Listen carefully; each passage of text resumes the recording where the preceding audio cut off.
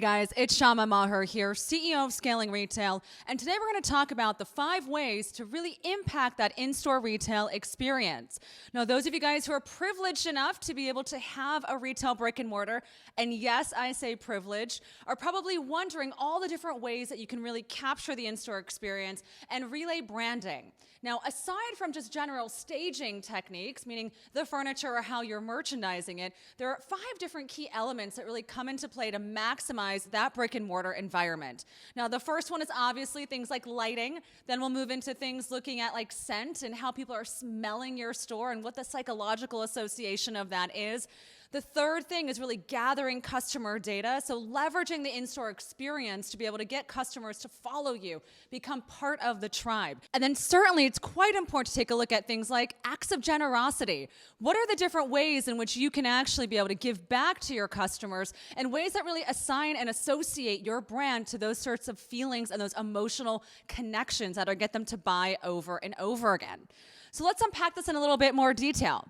Number 1, lighting. Now, have you ever noticed that when you walk into a Nordstrom's, you have a very different lighting experience than when you take a look at merchandise at, let's say, Macy's or Walmart? That's right. There are different kinds of lighting settings that will actually give customers a much better opportunity to get that psychological experience associated with your brand.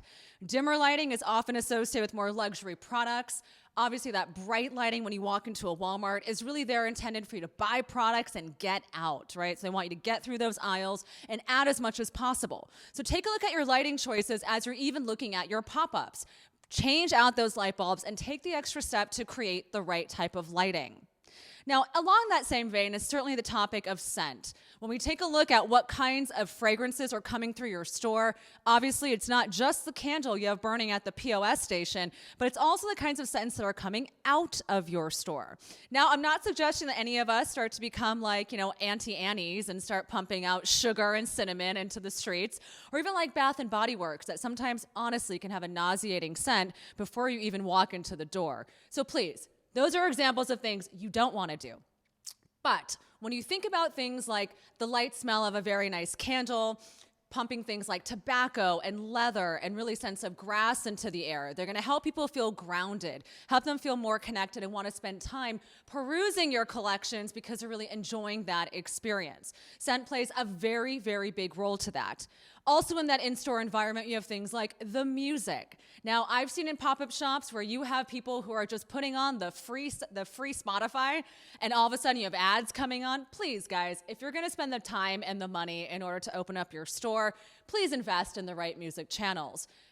To that same vein, I would also say keep your personal taste and preferences to music aside unless you know that your taste and preferences in music are also what your customers are interested in and also indicative of the brand. This really comes into alignment with, hey, did I create this collection for people like me, or did I create this brand and this experience for a different kind of target market customer? So if you're really into hip hop and rap, but you actually designed a collection that, let's say, really appealed to people who are interested in, maybe indie rock music, really keep into alignment what the taste and preferences of your customer are. This isn't just about how you feel, it's about how you want them to feel.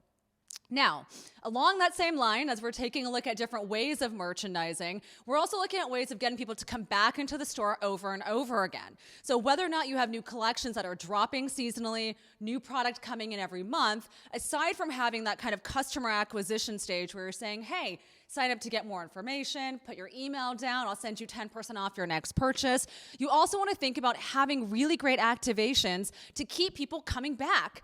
I personally love the French band Bash. They've done an amazing job in their New York locations of having great customer activations. So not just pop-ups or events where they're serving alcohol and cheese to get people interested to shop, but they're doing things like having French classes and offering free services. They've also recently rolled out a VIP program where on Friday nights, selected customers will take home products that they can wear for the weekend, and guess what? Bash will go ahead and dry clean those products and take them back for free. So when you think about the reason of why your brick and mortar store might play a huge part, it's simply not just because customers can try the products on, it's because they have an opportunity to feel and experience your business so intimately. So anything that you can do to get them into the store, staying in the store, experiencing your brand, communicating with them afterwards, and creating a relationship that isn't just about the transactionality of purchasing will put you in a very high-touch place to be able to create that brand connection and ultimately, guys, drive sales, profitability, and also increased customer lifetime value. Now, before I forget, I really want to make sure we talk about what kind of marketing assets are really important for that brick-and-mortar experience.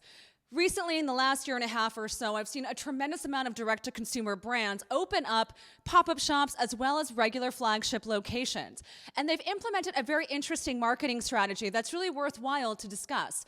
That is catalog mailers. Now, what I love so much about catalog mailers is you can really do hyper-targeted advertising with them, making sure you're targeting the right zip code or geographic region, and then start to test out coupon codes, meaning, hey, come back in store with this coupon or mention this coupon, and you'll get 10% off, 20% off, or even a free gift with purchase when you come back in store. Oftentimes, we might ask ourselves, well, how do we drive in-store traffic if so much of our advertising is really geared towards digital and closing the sale online? So as you take a look, guys, as kind of building into that customer traffic, also start to invest and take a look at what catalogs can do for your business. They stick around a lot longer. They might cost a little bit more, but the ROI on catalog mailers are really quite high at this time. Quite frankly, it's due to the fact that not a lot of people are doing it. So take advantage of this really niche opportunity before, guys, it becomes a super mainstream marketing strategy. All right, guys, that's all for me. Make sure you check out our article on brick-and-mortar staging, a how-to guide to really get our tips and tricks on the best ways that you'll be able to merchandise your store for success. And make sure you check out our download on the 5 questions you need to be asking your retail lighting expert. As I mentioned, lighting becomes super important in that entire customer journey as you want them to, hey, maybe stick around and buy something. All right, guys, that's all from us for today. Make sure you head over to Instagram to check out Scaling Retail. Leave comments below. We love to hear your in-store brick-and-mortar strategies. And if you want to set up an appointment and hear more about what our agency can do for you, send us an email at hello@scalingretail.com. Thanks, guys. Bye.